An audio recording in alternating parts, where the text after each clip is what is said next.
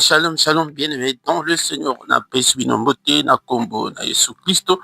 Tokutani susu na pokwa lelo dans l'intercession du soir avant de se coucher en paix avec le Seigneur Jésus-Christ. Toyepete tobondela totika butu na biso na maboko na Nzambe. Tosenga bolimbisi epai na Nzambe alimbisa biso mpona mabe nyonso. Pe butu ezali moma moko ya mystique, moma moko ya mystère esalamaka mingi na butu tango maladi eyaka makasi. Butu ezali oyo ke batake ezalaka mingi na monde d'esprit ete conscience na biso esalaka te, tozalaka ya kolala. Yango ndeko nanga kobosana te losambo ya pokwa. La prière à ne pas manquer, la prière à ne pas oublier, la prière à ne pas négliger. Yango te bondela penza avant okende kolala ndeke oyanga. Yango nde liboso tokotika tokoyoka liloba tokobondela nono tokoyoka liloba na Nzambe pe tokotika butu na biso na maboko na Nzambe.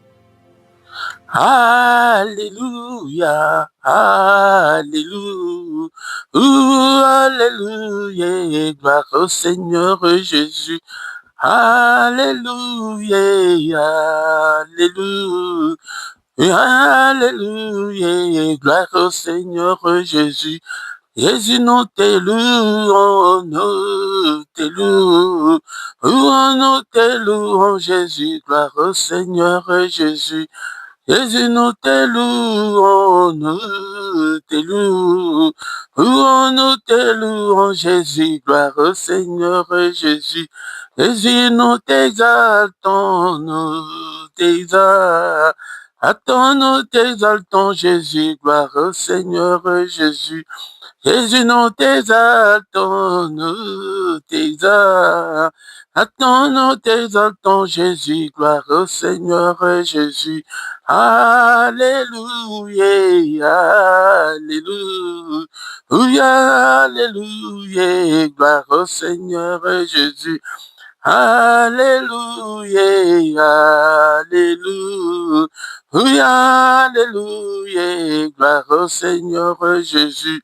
Jésus, nous te louons, nous te louons, nous te louons, Jésus, gloire au Seigneur Jésus. Jésus, nous t'acclamons, nous t'acclamons, Jésus, gloire au Seigneur Jésus.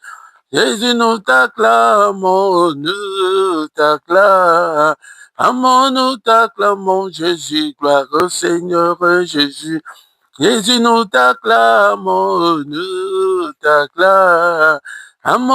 t'acclamons, Jésus, gloire au Seigneur Jésus. Nzambe na ngai napesa yo nini, Nzambe na ngai napesa yo nini, we na ngai napesa yo nini, Yawe na ngai napesa yo nini, we na ngai napesa yo nini, Nzambe na ngai napesa yo nini, we na ngai napesa yo nini, Yawe na ngai napesa.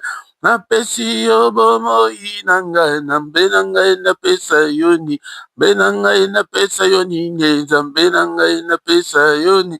Pesi yo bomoi na ngai, Nzambe na ngai napesa yo nini, we na ngai napesa yo nini, Yawe na ngai napesa. Napesi yo bapasi na ngai, Nzambe na ngai napesa yo nini, we na ngai napesa yo nini, Yawe na ngai napesa yo nini, we na ngai napesa yo nini, Yawe na ngai napesa yo nini, we na ngai napesa yo nini, Yawe na ngai napesa yo. Si yo bomoi na ngai, Nzambe na ngai napesa yo nini, we na ngai napesa yo nini, Nzambe na ngai napesa. Apesi yo libota na ngai, Nzambe na ngai napesa yo nini, we na ngai napesa yo nini, Yawe na ngai napesa. Apesi yo libota na ngai, Nzambe na ngai napesa yo nini, we na ngai napesa yo nini, Yawe na ngai napesa yo nini, mbe na ngai napesa yo nini, Yawe na ngai napesa yo nini, we na ngai napesa yo nini, Yawe na ngai napesa. Apesi yo libota na ngai, Nzambe na ngai napesa yo nini, we na ngai napesa yo nini, Yawe na ngai napesa. napesi yo lingomba oyo nzambe na ngai napesa yo ni we na ngai napesa yo nini yawe na ngai napesa pesi yo bomoi na ngai nzambe na ngai napesa yo ni we na ngai napesa yo nini yawe na ngai napesa yo nini. Oh mon Dieu, tu es bon, oh mon Dieu, tu es bon, oh mon Dieu, tu es bon pour moi, tu es. Oh mon Dieu, tu es bon, oh mon Dieu, tu es bon, oh mon Dieu, tu es bon pour moi, tu es. Oh mon Dieu, tu es bon, oh mon Dieu, tu es bon, oh mon Dieu, tu es bon pour moi, tu es. Oh mon Dieu, tu es bon, oh mon Dieu, tu es bon, oh mon Dieu, tu es bon pour moi, tu es. Oh mon Dieu, tu es bon, oh mon Dieu, tu es bon, oh mon Dieu, tu es bon pour moi, tu es bon. Topamboli nzambe oyo apesi biso bomo oyo nzambe oyo apesi biso pema mokolo oyo lelo nzambe oyo amonisi biso lisusu mbula ya sika tokumisa ye topambola ye po ete azali mosantu moko te oyo akokani na yo papa moko te aza lokola yo moko te oyo akobikisa lokola yo moko te oyo akokangola lokola yo napa na pamboli yo na pokwa lelo po ete ozali nzambe ya bomo na nga. C'est lui qui a tout créé, bien-aimé dans le Seigneur, que le parole ne te manque pas ce soir pour élever ce Dieu, pour exalter notre Dieu. Il a tout créé, des visibles et des invisibles. À lui soit la révérence, la gloire, la splendeur et l'honneur pour des siècles et des siècles. Va pas tout tomber, n'élève kombo na yo, nakata ndako, nakata bvinanga, ndeko nanga tombo na ye, nandako na yo, na bombo na yo, na ba problème na yo, na ba maladie na yo, na ba passe na yo, tombo na ye, mais azali malam, tant que ozana bombo. Ezali bakufi te bakoko tokumisa ye ezali biso bato toza na bongo tokumisa ye tosanjola ye alléluia bakufi bakoko kumisa ye te tokumisa ye le revenu les vrais adorateurs adoreront le Père en esprit et en vérité cette heure là c'est maintenant yango kumisaka nzambe soki olingi omona monene na nzambe kumisaka ye ntango nyonso bapsaume ezali ebele ya louange ya adoration ezali ebele ya koadore nango nzambe adoraka ye na baloyembo kobanda psaume 145 tina 150 ezali bapsaume ya louange ya kolue ye ya koexalte ye alleluya. Du lever du soleil jusqu'à son couchant, que le nom de l'Éternel soit élevé. Nanda kunanga, na ma difficulté nanga, na ma problème nyonso, na élevé kombo na yo. Papa, même si nous sommes infidèles, mais toi tu es toujours fidèle, tu ne peux en aucun cas régner ton nom. Ton sang jolio, na pambolio, onambula, yasika papa, était ébélé, Seigneur notre Dieu. Bakufi na mbula oyo eleki bamosusu mpe tobandi na bango mbula oyo bazali susu na bomo ete papa ngai naleki bango te toleki te baoyo bazali na bomo na après-midi ya lelo na pokwa lelo ozodépendre na ere nini oyo kolanda losambo oyo bondela losambo ya avant ya kokende kola l'intercession du soir avant de se coucher en paix avec le Seigneur Jésus-Christ. Alléluia. Papa do pambolio tozokumisa yo eyeko élevé monene na yo qui est comme toi Seigneur, nul n'est comme toi. Tu es grand et ton nom est grand par ta puissance, ton nom est grand. Alléluia. Papa do pambolio Seigneur notre Dieu qui ne te craindrait, roi des nations, c'est à toi Seigneur que la crainte est due, car parmi les sages des nations et dans tout le royaume, nul n'est semblable à notre Dieu, nul n'est semblable à lui. Yango nde yekola mpe losambo soki ta mosusu ozali na ebandeli losambo ya lisanga bakendeke ndenge mokambi azali kopesa sujet kokende te na basujet mosusu awa tozali kobondela me tozali mpe koyekola. Alléluia. Ça c'est puis bien aimé dans le Seigneur tous senga mon ensemble na bomo na biso papa si tu gardes les souvenirs des iniquités qui pourraient subsister mais le pardon se trouve auprès de toi afin qu'on te craigne pardon ezali bobele pa ina yo limbisa papa okanisa te mopunga na ngai ba erreur na ngai ba faute na ngai papa natika yango epai na yo mokolo yango azofongola motema opesa epai na nzambe Papa napesi yo motema na nga zwa yango nyonso nkolo zwa yango nyonso papa nazali ya yo limbisa ngai papa mabunga nyonso ya maloba ya makanisi limbisa Seigneur notre Dieu. Ne te souviens pas de mes péchés, ne te souviens pas de mes erreurs. Pardonne-moi, oh mon Dieu, et pitié, Seigneur. Alléluia. Papa, efface-le et lave-moi, papa. Purifie-moi dans ton sang précieux. Il est écrit qu'il a été offert pour nos offenses, mais il est ressuscité pour notre justification. Papa, justifie-moi, Seigneur. Bandambula oto bandi papa bambula banda na bota matim kola lelo nini nasala papa nyonso nasala oyo epesa lokumte limbisa kolo limbisa papa lave-moi purifie-moi namakila na Yesu alléluia lave-moi papa lave mon cœur alléluia et konanga fongola kama tema na yo belela kan Seigneur akotakat na bombo na yo yende mutu ako transformer yo yende mutu ako changer yo. Alléluia, papa. Lave-moi, purifie-moi. Belle puissance ya makila nakatanda ko belle puissance ya makila nakatanda kuna yo na bisika ozali ko vanda makila na Yesu Kristo. Alléluia, puissance ozali kat na makila belle la makila et couvrir banana yo et couvrir ndaku na yo makila na Yesu Kristo nakatanda ko papa nakata ministère oyo Seigneur na ba pareil nyonso na ngai moko na tremper na makila na tremper ba na ngai na makila famille na ngai makila Yesu et couvrir biso en puissant de Jésus makila na banzela nyonso doko tambola makila na Yesu na biloko nyonso ya kolia makila le sang de Jésus le sang glorieux le sang puissant. Alléluia, Nzambe tata, le sang puissant. Alléluia, Nzambe la bilaka mo santo la lola, Nzambo vandibisika bileki likolo. Alléluia.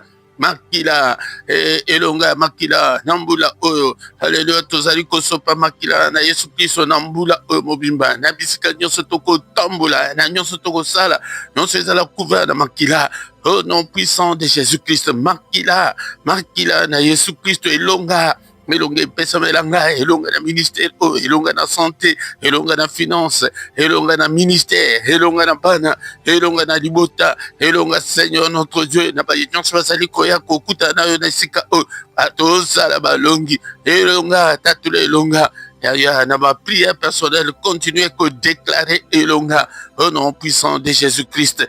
Alléluia, alléluia. Bien-aimé, tozobele la modi mo santu na Nzambe apesa biso makasi mbula oyo tozala balongi tozala bato oyo bakoyeba kotelema na losambo na kosala Nzambe ete apelisa biso mitema na biso epela moto mpona makambo ya Nzambe. L'Esprit de Dieu, nous t'invoquons, l'Esprit de puissance, l'Esprit d'onction, ouais nous papa onction na yo likolo na biso onction na yo na ministère oyo mon santu papa onction na yo et couvrir biso nakata ministère oyo Nzambe tata tozala bato oyo kemtema ekobanda kopela moto kapa na makambo ya Nzambe. Alléluia, tozala bafainéante exerce nos mains au combat, nos doigts à la bataille. Molimo na Nzambe pesa biso makasi, inspire-nous, parle-nous. Alléluia, corrige-nous, capacite-nous. Molimo santo na Nzambe, sans toi je ne ferai rien. Alléluia, telemisa ngai nakokamba libota na yo nakamba bango na molimo na nzoto te au nom puissant de Jésus. Alléluia. Bien-aimé, tozali kotika sasa epi programme na biso na maboko na Nzambe te Nzambe aza na biso du début jusqu'à la fin au nom puissant de Jésus. Seigneur notre Dieu, encore une fois Seigneur kitu o na maboko na yo pourquoi o na maboko na yo kamba biso tambisa biso na boyenge bene au nom puissant de Jésus. Bundela biso bitumba nyonso ya pourquoi lelo nyonso yaka pona ko attaquer la vie de prière au nom puissant de Jésus. Nous avons ici prié. Amen, amen, amen, amen, amen. Alléluia. Bien-aimé, ton le Seigneur na pesi nombo te susu na kombo na Yesu ki tuna biso nanu esilité tozali ko yoka mo exhortation na sima exhortation tokotika mutuna biso na maboko na Nzambe soki ezali mbala na yo ya liboso nanu osabona nanu te sabone na yo pasabona kambala moko tango pe bozali ko ya boye. La toute première chose de faire est de liker, bo liker, pe bo partager, bo tobenga pe bandeko susu baya kokuta na biso te invitaka batu ndeko oyanga. Alléluia. Mais dans le Seigneur, ça évite comme moment où que toka liloba na nzambe tokozonga susu na losambo pe totiki butu na biso na maboko na nzambe. Tokoka liloba oyo esala oyo ezali komonana na oyo ezali komonana te bien-aimé dans le Seigneur. Est-ce que tu es là? Est-ce que aussi osomba Biblia na yo na lobi ete nakobanda ko rappeler yo boye pete osomba Bible yango nde na description ou bien na chakaton susu côté kuna na gauche na commentaire lien pete osomba Bible na yo osomba kaye na yo ou bien somba ngo na lolenge oyo moneli ke ezali facile pona yo pete ozalande na Bible ozalande na kaye na yo o commander va verset parce que le Seigneur a tindinga ete ke boya kaka ke boye bokoti bo disparaître bo sala kata kutu ba commentaire te de konanga ozamondimi ya ndenge ni ozamondimi ya ndenge ni. Mais mettons le Seigneur yango somba carnet na yo somba kaye na yo ata kundenge tozolo baboye ba verset o nazo pesa na yo moko zoko mango côté ya ba chat mais ya ba chat ezalaka ke après culte ici YouTube alongole yango ou bien tant sous muto akoko ya kokota na retard mais akuti que non yo komi verset wana muto alandi azui verset wana à travers yo molingi ko pambola mate pete nzambe azolo baki il y a liboso servir ngai na sima na pambolio mais yo ozolinga ete nzamba pambola yo ya ko servir ye na sima ko servir nzambe ezali na lolenge ebele. Au commencement était la parole et la parole était avec Dieu et la parole était Dieu. Elle était au commencement avec Dieu et toutes choses ont été faites par elle et rien de ce qui a été fait n'a été fait sans elle. Siko yo boya liloba wana ezali nzambe ye moko ozoboya nde nzambe ozalaka na posa ya liloba te donc ozalaka mokufi na molimo tika nayebisa yo yaya atako oyebi te nini ya kotanga zwaka bapsaume zwa bapsaume mpona bapsaume nayebisa bino ke kobanda psaume 150 et 145 tina 150 ezali psaume ya louange louaka ata nzambe na bapsaume wana ndeko na nga. Mon peuple est détruit parce qu'il lui manque la connaissance. Tant que oza na connaissance c'était masoki balobi bapakola mafuta euti Israël okondima ok osombiango eza $240 ok osombiango oyani connaissance ezate. Mais soki oza na connaissance okoyeba ke elika na ngai kaka epai na Yesu.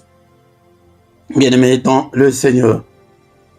Yango ndenge nazali koyebisa bino ntango nyonso bamapasa oyo ete botambola na bango mingi lelo bazali koprivilégie kaka prière bazali koabandone liloba na nzambe ezali malamu te mais yoka baoyo baprécéda biso liboso na Actes des Apôtres chapitre 2 verset 42.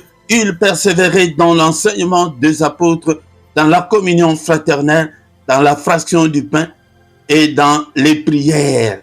Ozomona babandeli kutu donc na mapasa o mais moi na liboso ezalaka parole de Dieu prière ndesima mais biso tozozwa o ya liboso totie prière et parole kutu tolanda kango kutu ata kolanda te ba o baleka liboso il persévérait.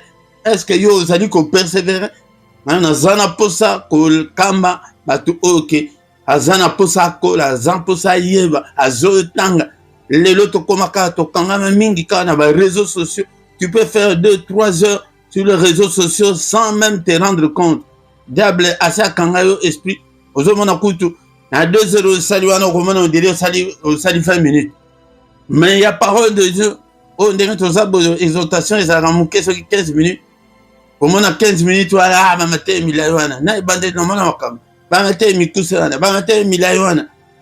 Ya Saint-Esprit a kolanda yo te ezala mikuse ezala milai yo landa kaka babandaki ko persévérer komaka ba verset tango siko ozalaka na air na yo li banda ko ekola ndeko moko aloba aza mwana mwasi Rebecca Brown aza américaine aloba ya azalaka boye ndenge na pesi ke Acte 2:42 il persévérait dans l'enseignement des apôtres a combien on a papier avec attaque bana basi tango kaka ke azaka liboso ya miroir na ye na tango pona kokausa suki na ye abambi yango kaka na miroir wana azokausa suki azotanga atangi mbala liboso atangi alobi ke soki otangi mbala liboso otangi mbala mibale ka même verset wana alobi ke asalaka yango ntango mosusu plus de 3 jours kaka même verset wana alobi ke soki verset ya boye ekoti yo na motu te loba ke motu na yo ezali lisusu malamu te yango nde napesi bino bongo bokanga baverset bongo mais na pokwa lelo bien aimé dans le Seigneur tozali kotanga la Bible na yo ape nazoluka awa luka ape na Bible na yo na Jean chapitre 8 verset 36. Est-ce que ozoluka disciple yo wana ezate ke yo ofandika bongo ke no mokambi azolukela yo ngai nazosala oyo ngai nakofutama na ndenge nazoteya yo mais yo yaya mais naziye te ke po yo tikala maboko pamba te ndeko na nga nalingi ete opambolama nzambe amona ke no ozali kozwa makambo na ye en considération nzambe aza bongo nzambe soki ke ozali kozwa ye en considération te epe akozwa yo en considération te. Jean chapitre 8 verset 36. Si donc le Fils vous affranchit, vous serez réellement libre. Le Fils là, c'est le Fils de Dieu. Si donc Jésus vous affranchit, vous serez réellement libre. Il y a pourquoi lelo dans Zolobela Likambo, il y a affranchissement ou bien il y a délivrance. Alors que soki Yesu a kangoliote na lingala soki akangolio te okozala okangolama te mais soki akangolio okozala vraiment libre elingi koloba ke ndenge tozalaka na mokili wana tozalaka libre te tozalaka baesclave ya diable totambolaka na bachaine totambolaka na balien totambolaka na baproblème na problème bamalade epai bablocage epai stérilité epai makambo wana nyonso wana ezalaka ekanga biso po ete ozala libre. Un prisonnier ata kozobaluka na kati ya cellule na yo oza prisonnier ata batie yo kapita na kati ya prison oza kaka prisonnier oza réellement libre te oza kaka libre quelques petits mouvements yango ozomona ke mwa mike ezomonana mwa mosala obala pe mais est-ce que tu es réellement libre soki satana alingi afina yo lelo afina yo sikoyo est-ce que akokuta eloko ekokampeshe ke afina yo te. Donc, nae awa pona kolobela la délivrance soki Yesu Christo a kangoliote. Donc eli koloba ke tozana posete to kangolama ozala libre. Ah, un homme libre ndenge tozabo okoko ke de partout dans le monde, mais un prisonnier ako bimaneti na Belgique au boyake de France. Non. Non. Ako kolongwa na tongo ke akende musala. Non. Yango ozomona ke stoki ke ozana no kangolama te oza limité. Yango nde makambo na ekobete la société na pokwa lelo tu es limité si Christ ne t'a pas encore affranchi. Si Christ ne t'a pas encore délivré, tu es limité. Malade wana eko comporter yo. Oko kufa peka na célibat wana. Oko kufa peka na stérilité wana. Oza libre te. Ndekonanga. Ezali exhortation, ezali ba verset ya enseignement mobimba, mais Christ akoki ko affranchir yo ndengane. Fongola motema, pesa motema epa na Yesu azwa contrôle ya motema na yo ndenge dans le baki, introduction na ba prière que ezalaki na ba brochure wana ezalaka ke okomona kati na mutu ba magorodo okomona ba lézard okomona ba nyama ya mabe wana bavanda kati ya mutu. Mais eza spirituel, eza te kendenge tomona ki ba magicien o ba bimaki na Congo ba komi ko bimisa batu ba miselekete na banzoto ya miselekete physique et koko vanda na kati nzoto amutu te eza ka poison o kufa kutu le même jour. Ba crapaud e koki ko vanda te. Yango de kolanga esengeli ete topesa mitema na biso epai na Nzambe. Yango tango lumière ya Saint-Esprit koya, tango Jésus akoya akoti kati na bombo na yo, tu seras affranchi. Yango de ekoti kalakaka ba chaîne etikali. Exemple ya monene ezali liwa ya Lazare. Tango Seigneur alamusa Lazare, elinkolo bake akenda na tombo, alobi ke Lazare, lève-toi, atelemi. Menini wana elinkolo bake tant tozobota makati na Yesu tokoya tosekwi toza lisusu na prise ya diable te, mais ezalaki na babande oyo ebandaki kolie Lazare oyo ndenge bakundelaki ye, alobaki na bayekoli ke bokende bokata ye babande wana. Yango nde ntango tondimi liloba na nzambe tokomi kati na Yesu, balien wana ezalaka. Obotama na famille ya soki wapi ezali, osala soki olongola mpe balien wana ezali. Mais siko il faut une prière ou bien délivrance ezalaka ndenge tokomi bana nzambe, tokomi na pouvoir nyonso, tokomi na plein pouvoir, apesi biso autorité nyonso wana. Yango nde ezala yo moko okoki kobanda kobrise soki ozomona ke eza lien moko ou bien maladi moko ezalaka kati na famille, ou bien lien moko ya munene oyo ezali oyo bate mosusu bazali koinsiste kaka ya famille, balien eza kaka ya famille te. Car nous n'avons pas à lutter contre la chair et le sang, nous luttons contre les dominations, contre les autorités, contre les princes méchants de ce monde. Bien-aimé dans le Seigneur, banda yomoko ko briser yango, ou bien ce que moniko bondele zo simbate luka musali na nzambe benga musali na papa tala na famille na biso ezalaka bo yo komona ke ezali musaya agoganga pamba soki penza azali ya nzambe ndenge alobaki na bayekoli ke bokende bokata Lazare basinga. Et utaka Seigneur apesi ordre, Seigneur nde mutu azali ko affranchi, mais à travers son serviteur, à travers même toi-même. Yango toko kokanga na matea et toko sabino te mate ezali ke yo wana tant que on diminue le ban ensemble okomi pe na pouvoir wana okoko na briser lien o ya famille na biso soko yebi famille wana o briser yango azomona ke bato bazon kufa avant 50 ans ya et oya ko kufa le biso avant 50 ans oza ya ensemble pani lien wana o briser yango te même ngo na basana tala ba sujet otokoki ko même pas basala na ensemble yango na papa na famille na biso tozomona ke bana basi nyonso bazokota mabala bazobota te ou bien na famille moko kutu na yebe bakamaka soki abotika moko ka resili nango ya babiloko ya ko briser yango soki Christ a franchi yo te na biloko tu ne seras pas réellement libre, tu es limité. Yango nde lité ya poko alelo ke soki Christ a franchi yo te oza limité ozokoma ya nzambe. Lazare so sekwi mais babando bakangaki yo na mutu na mnoko ezali moya oyo bezati moya tele meza bakanga makolo bakanga maboko ala muki kopola nyonso wana otozaki nango kati na mukili esili okomi ya nzambe. Est-ce que tu es réellement libre? Est-ce que bana na yo bazali libre? Est-ce que libala na yo ezali réellement libre? Ya balie mosusu ezali ya libala et que omoni ke na famille bobalaka te ya obriser lien wana ya célibat ke nga na koti na libala oyo na kovanda na libala na nga au nom de Jésus. Tosilisi awa na pokwa lelo, si donc le Fils vous a franchi, ça là qui camarade na Jésus-Christ était yede à franchir yo au PC motema, mais yo moko banda ko bande la poda yo moko yango de biso intercesseur to benga kango auto délivrance. Yo moko banda ko buka ngo na munoko wana kaka soko monike ezo buka na te zo monake likam songole zali ko persister luka basal na nzambe papa talabo e musol na nzambe talabo yepe ako bondela ndenge ba potre ba kende ki ba kati ba singa Seigneur azaki wana telemia ye moko te muto akende ki ko longola ba singa na lobi na basal asali bazali ti lelo yango nde bondela pona bongo. Merci le roi de roi, merci le Seigneur de Seigneur.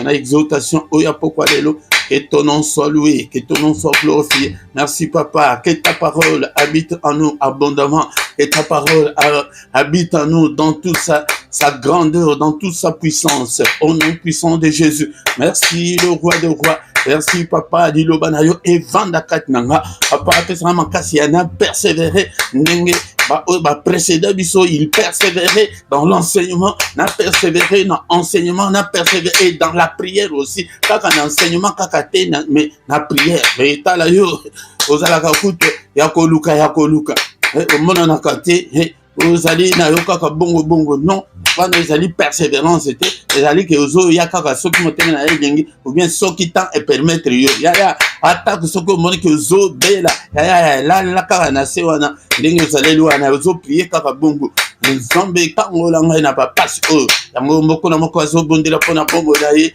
kosenga la délivrance. Seigneur, délivre mon âme, délivre mon esprit, délivre mon corps. Alléluia, dans tous les domaines de mon corps. Papa, lié mon côté kanga nzoto nanga, lié mon côté kanga âme nanga, lié mon côté ekanga esprit nanga.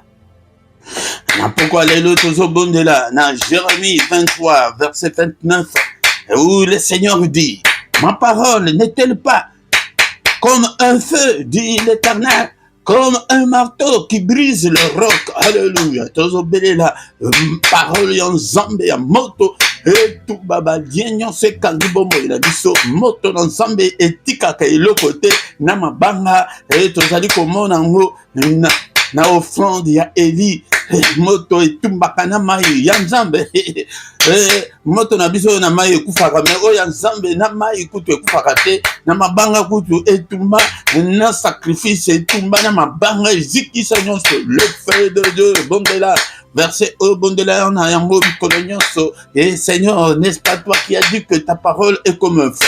Alléluia, papa moto ya parole na yo et tumba nyonso oyo bloka bomo je veux être réellement libre. Papa, banvoute nyonso ezika maladie ezika au nom puissant de Jésus. Moko ko bondela pona bomo na ye na poko alelo moto etumba nyonso ezali ko bebisa foyer na ngai, ezali ko bebisa bana na ngai, ezali ko bebisa famille na moto etumba misala nyonso ya sorcellerie ya famille na ngai, surtout na kindoki ya famille ya wanande bakela bango moto oyo mikolo nyonso ba prison na bango ba activité na bango nyonso ya kindoki ya famille na ngai ya moto au nom de Jésus. Moto na Nzambe na kombo na Yesu, moto au nom de Jésus Christ. Alléluia. Moto Nzambe tozo déclarer moto Nzambe papa yo moko mtolo bake parole na yo ezali lokola moto papa na pedisi moto oyo na ndako papa na ministère o moto Nzambe au nom puissant de Jésus Christ. Aya ezali prière ya pourquoi mais yo de continuer nango aya onde ezakake na zo la sabino mais ce que yo moko tango zaka libre wana ataka tu prier qu'il o essayer et ozwe la moko tu ata 1 heure du temps moto Nzambe ok na gauche na droite moto banana ngai papa papa nyonso ya mame alléluia Nzambe tata na kati ndako ba point de contact nini ozali kati na ndako kati na vie na nga moto j'allume le feu. Alors bakina Ezekiel teke yo mana moto de la moto alors que yonde yo mana moto déclare le feu, prophétise le feu. Je déclare le feu ce soir et prophétise le feu. Alléluia nyonso. Vous allez que limiter ngai papa, je vais être réellement libre. Dans ce coco limité ngai zika na poko lelo. Ya ezama comme spirituel. Au bon de la mort chaque jour mon côté, chaque temps mon côté, mais mikolo nyonso. Et papa, la mort prématurée, vous allez quatre na famille na moto. Alléluia, stérilité, vous allez quatre na famille na moto. Alléluia, ya talaka famille na yo. Encore une fois, vous allez na prière égocentrique te ya que zo mona kaka yo na yo te. Pauvreté, vous allez quatre na famille moto na Nzambe ba blocage nyonso ba mvutema na kati ya famille moto na Nzambe j'allume le feu. Alléluia, la sorcellerie en famille ezala na isikate bisika na bango nyonso ba kuta na moto. Deuxième partie ya verset, vous allez toujours na verset 29 il y a Jérémie 23. Alléluia, et ma parole comme un marteau qui brise le roc. Ya toujours le marteau ya Nzambe et chaîne nini wekanga bomo na yo moto et marteau ya Nzambe et briser nyonso. Alléluia, to briser il y a hérédité et lien ya famille non briser yango est-ce que intercesseur moko azali na poko lelo a briser lien hérédité ba lien nyonso to créer na vie na biso na banzela nyonso to tambola ba église ya mabe to kota et créer la biso ba lien ya ok dans l'église wala okanishike eza ya malamu. Alléluia, ok ndeko kota na ndako wana ndako oyo kitista bandako vanda ndako wana oyo grand chora bandako vanda memela yo ngambo de tanga yo basinga nyonso sala ke simba kato au nom de Jésus wana te il faut to boye marteau yana yo papa na briser ba roc nyonso ezali kati na vie na nga au nom puissant de Jésus marteau ya Nzambe abroyer nyonso ezala ya ville onaya ezala musala okende kokota na musala osignate créer lien. Alléluia papa balie nyonso maléfique balie nyonso ya mabe obroyer yango balie nyonso satanique. Alléluia to briser yango au nom puissant de Jésus. Okende kotika mutu na ndako nganga elongi na yo tikala kuna batanga yo singa ete ye nani akende okende kosala nini na ndako nganga na ngai kutu na sala kiteme na kende kotika muninga tika muninga oyebi diable bien. Au nom de Jésus to briser nyonso na kombo na Yesu ya continuer kaka bongo okomona mune na nzambe. Si donc le fils vous a franchi, vous serez réellement libre papa, vous allez réellement libre. Au nom puissant de Jésus-Christ. Alléluia. Butu na biso na maboko na nzambe. Seigneur notre Dieu. Alléluia. Nyonso ya ba cauchemar. To briser yango. To bele moto na nzambe. To bele la prière. Ete. Na butu oh papa. Alléluia. J'allume le feu. Moto na pelisi yango na porte ndako na ngai bisika pa na ngai na communauté oh. Nyonso akomeka moto na yo. Etumba eziki saye. Au nom puissant de Jésus. Alléluia, yo te mutoro bake moko te akoya ko perturber pongi na biso moko te a perturber pongi na nga ni ya bana na nga ni ya communauté oh papa. Alléluia, bate la bango nzambe.